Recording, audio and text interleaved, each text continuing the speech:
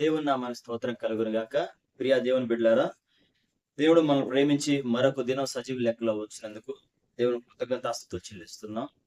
ప్రార్థనతో ఈ కూడికను మొదలు పెట్టుకుందామండి. కృప కలిగిన దేవా, దయగలిగిన మా ప్రభువా, నీ ఘనమైన పాదములకు వేలాది స్తుతులు స్తోత్రాలు నాయన. నిన్న నేడు ఏకరీతిగా ఉన్న గొప్ప దేవా, నీకే వందనాలు స్తోత్రాలు ప్రభువా. తండ్రి, మేము వాక్య సందేశంలోకి వెళుచుండగా నాయన ఆత్మతో సత్యమతో మమ్మల్ని నడిపించమని, చెప్పబడుతున్న వాక్యాన్ని ఆయన ప్రభు అర్థవంతంగా వివరించే కృపనివ్వమని యేసు పరిశుద్ధ నామమున అడిగి పెట్టుకుని ప్రార్థిస్తున్నాను తండ్రి. హల్లెలూయా. వాక్య సందేశంలోకి వెళ్దామండి. మొదటి సమయాలు 1వ అధ్యాయం 10వ వచనం చదువుతామండి.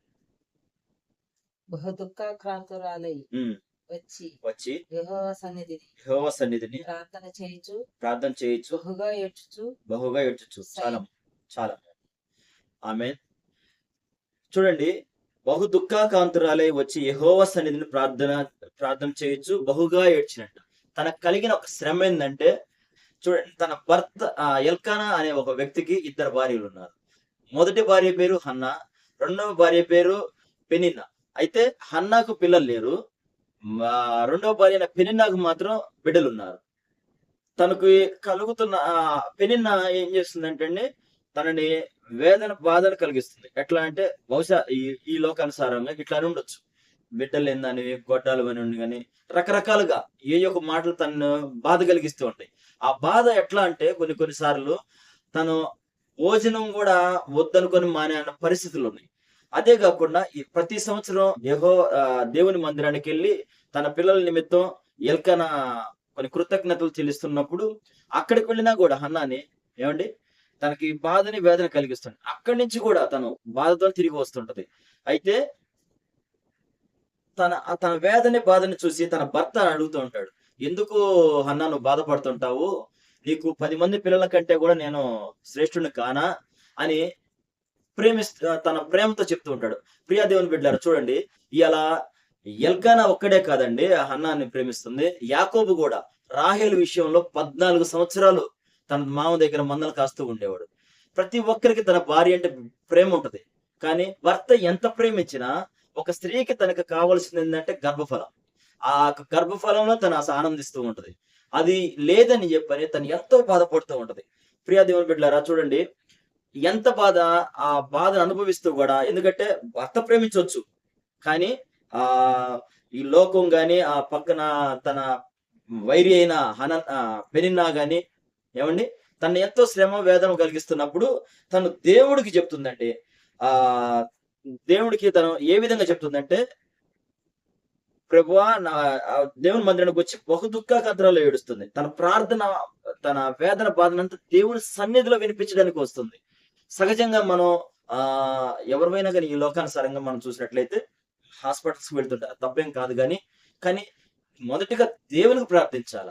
గర్భఫలం అనేది యెహోవా ఇచ్చే బహుమానమే. ఏమండి, ఆ బహుమానాన్ని ఇవ్వగలిగింది దేవుడు తప్ప ఇంకా మరి ఎవరు ఇవ్వగలిగింది ఏదీ లేదు. ఏమండి, చూడండి, మనం కీర్తన గ్రంథానికి వచ్చినట్లయితే 118వ కీర్తన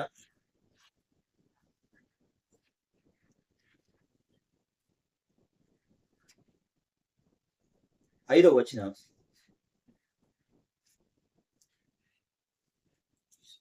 ఇరుకునందుండి నేను యెహోవాకు మొరపెట్టి తిని. చాలండి. అయితే ప్రియ దేవుని బిడ్డలారా, దావీదుకు కలిగిన ఒక శ్రమ, ఒక బాధ ఏంటంటే, అన్యజనులందరూ దావీదు చుట్టుముట్టి ఉన్నారు. అదే కాకుండా తనని నలుదిశలా చుట్టుముట్టున్నారు.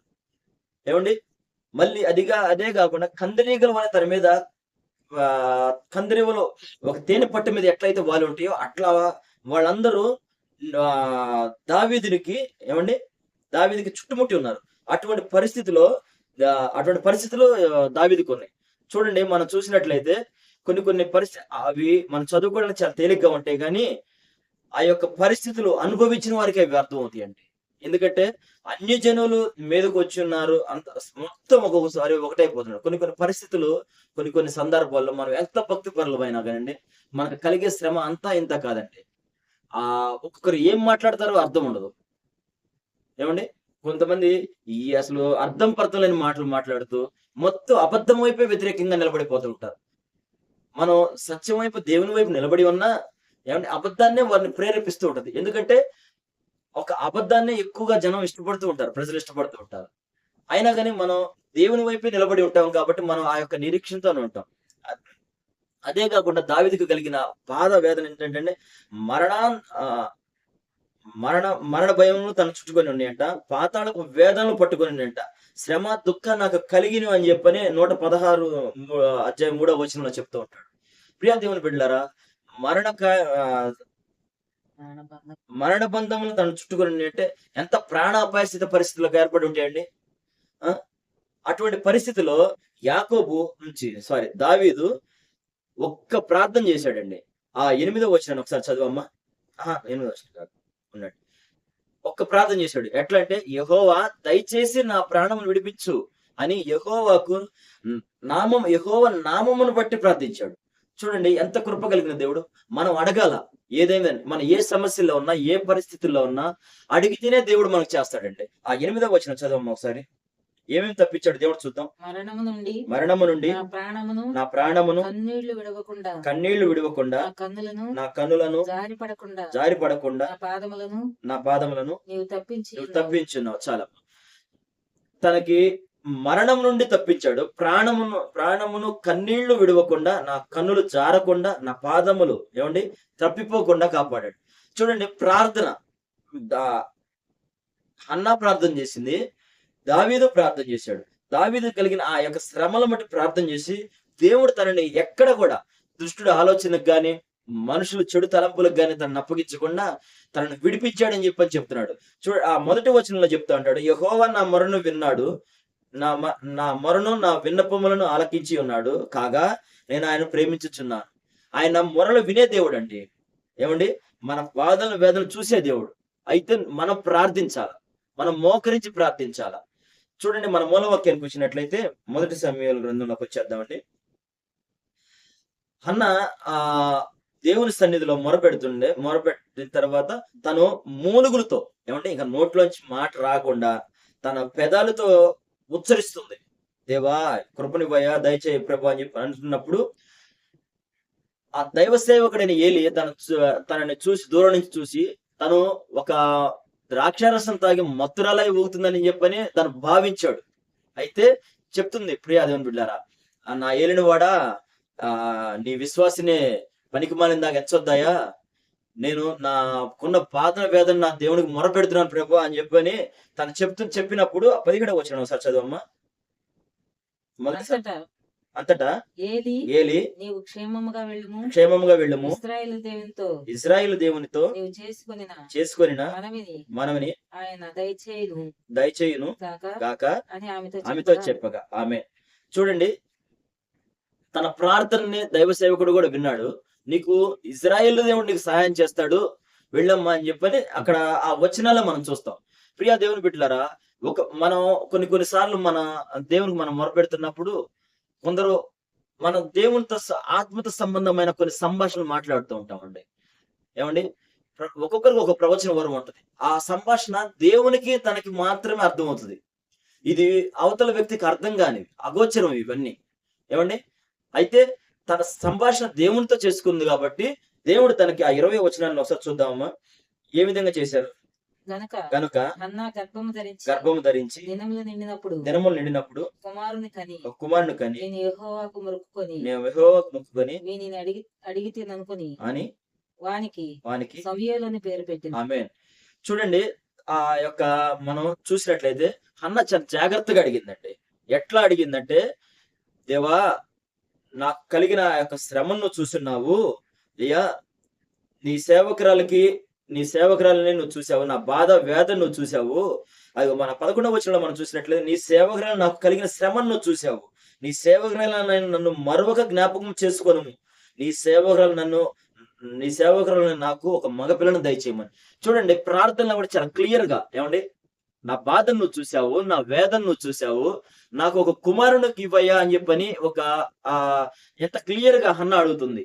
ఈ రోజు మనం కూడా అండి ప్రియా దేవుని బిడ్డలారా, మనం దేవుణ్ణి అడుగుతున్నప్పుడు ఒక మనిషితో మాట్లాడినట్లుగా మనం అడగకూడదండి సహజంగా. ఎందుకంటే కొందరు వ్యక్తులు ఒక మాట మాట్లాడుతూ తర్వాత ఆ మాట తప్పించేవారుగా ఉంటారు.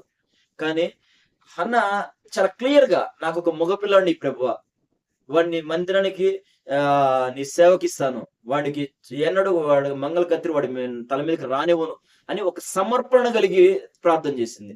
ప్రియా దేవుని బిడ్డలారా, మనం చూసినట్లయితే మనం ఒక సమర్పణ కలిగి ఏ రోజైతే దేవుని మనం ప్రార్థన చేస్తామో ఆయన తప్పక ఇచ్చే దేవుడు అండి. అడిగితే ఇచ్చే దేవుడు అండి.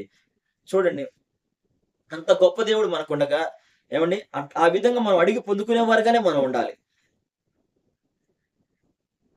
ఆ 28వ వచనం ఒకసారి చదవమ్మా. కాబట్టి నేను బిడ్డను యెహోవాకు ప్రతిష్ఠించుచున్నాను, తాను బ్రతుకు దినములన్నిట వాడు యెహోవాకు ప్రతిష్ఠితుడని చెప్పాను. అప్పుడు వాడు యెహోవాకు అక్కడనే మ్రొక్కెను. ఆమేన్. చూడండి, తన బిడ్డ తను అడిగింది, తనకి ఏ విధంగా అయితే తను కోరుకుందో ఆ విధంగా తనకు మగబిడ్డనే ఇచ్చాడు. అయితే ఏట వెళ్తున్నప్పుడు ఎల్కానా తనను కూడా రమ్మన్నప్పుడు పిల్లవాడు పాలు ఇడిచేంతోడు నేను రానని పాలు విడిచిన తర్వాత ఒక సమర్పణ ఇచ్చిన దేవుడికి తన నమ్మకంగా మళ్ళీ ఆ బిడ్డను తీసుకొచ్చి ఆ దైవజనుడైన ఏలి ఉన్న ఆ మందిరంలోనే విడిచిపెట్టి యెహోవాకు పరిచర్య చేస్తూ ఏమండి దైవ సేవకుడైన ఏలికి పరిచర్య చేస్తూ ఇవాళ ఒక ప్రవక్తగా నిలిచిపోయాడు. ప్రియా దేవుని బిడ్డలారా, చూడండి ఎంత గొప్ప సమర్పణ కలిగిన జీవితాలు అనేవి. అడగటం చాలా క్లియర్ గా అడిగింది తను. అదే విధంగా అదే నమ్మకంగా దేవునికి కూడా తను సమర్పించేసుకుంది తన బిడ్డని. చూద్దామా మత్తయి సువార్త, ఈ చివరి ఒక మాట చదువుకొని మనం ముగించుకుందామండి. మత్తయి సువార్త 7వ అధ్యాయం 7వ వచనం చదువు. అడుగుడి మీకు ఇయ్యబడును, ఎదకుడు మీకు దొరుకును, తట్టుడి మీకు తీయబడును. ఆమేన్. చూడండి, మనం అడిగితే ఇస్తాడు. చూడండి, దావీదు ప్రార్థన చేశాడు తనకున్న శ్రమలను బట్టి. శ్రమల నుంచి తను ప్రార్థన చేసి వేడుకొనగా దావీదునికి కృప చూపించాడు. ఏమండి, హన్నా ప్రార్థన చేసింది, హన్నాకి కృప చూపించాడు. ఈ రోజు వారిద్దరికే కాదండి, ఈ రోజు మనకైనా గాని ప్రభు కృప చూపించడానికి ఆయన నిరంతరం నిలిచి ఉన్నాడు. మనం ఆయన వైపు తిరగాలనేది ఆయన ఆశ, ఆయన తలంపులు. ఏమండి, అడిగిన ప్రతి వాడికి నువ్వేమైనా అడుగు, దేవుని చిత్త ప్రకారంగా అది నీకు మేలే జరుగుతుంది. నమ్మిన వారి స్తోత్రం చెప్దామా? ఆమె ఈ మాటలు ప్రభు మన హృదయంలో ఫలింపజేయను గాక. ఆమె తలలో వచ్చినట్లయితే ప్రార్థన చేసుకుంటాం. కృప కలిగిన దేవ, దయగలిగిన మా ప్రభువ, నీ ఘనమైన పాదములకు వేలాది స్తుతులు స్తోత్రాలు నాయన.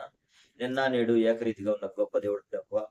తండ్రి, దావీదు తనకు కలిగిన శ్రమలందు ప్రభువానికి మొరపెట్టినప్పుడు ఆ మరణం నుంచి ప్రభువ, ఆ అన్యజనుల మధ్యలో నుంచి ప్రభువ తండ్రి తనను విడిపించిన గొప్ప దేవుడు నాయన. దేవా, హన్న తనకున్న దుఃఖని బాధ వేదన ప్రభు నీ సన్నిధానంలో మొరపెట్టినప్పుడు ప్రభు తను ఏదైతే ఆశపడి నీకు మొరపెట్టి ఉన్నదో ప్రభు ఆ యొక్క బిడ్డన ప్రభు తనకు దయచేసిన గొప్ప దేవుడు నాయన. ఈనాడు మాకు కూడా ప్రభు ప్రతి ఒక్కరికి మాకున్న శ్రమలు వేదల్లో నుంచి ప్రభు మమ్మల్ని తప్పించి తండ్రి నిండారుగా దీవించమని యేసు పరిశుద్ధ నామమున అడిగి వేడుకొని ప్రార్థిస్తున్నాను తండ్రి.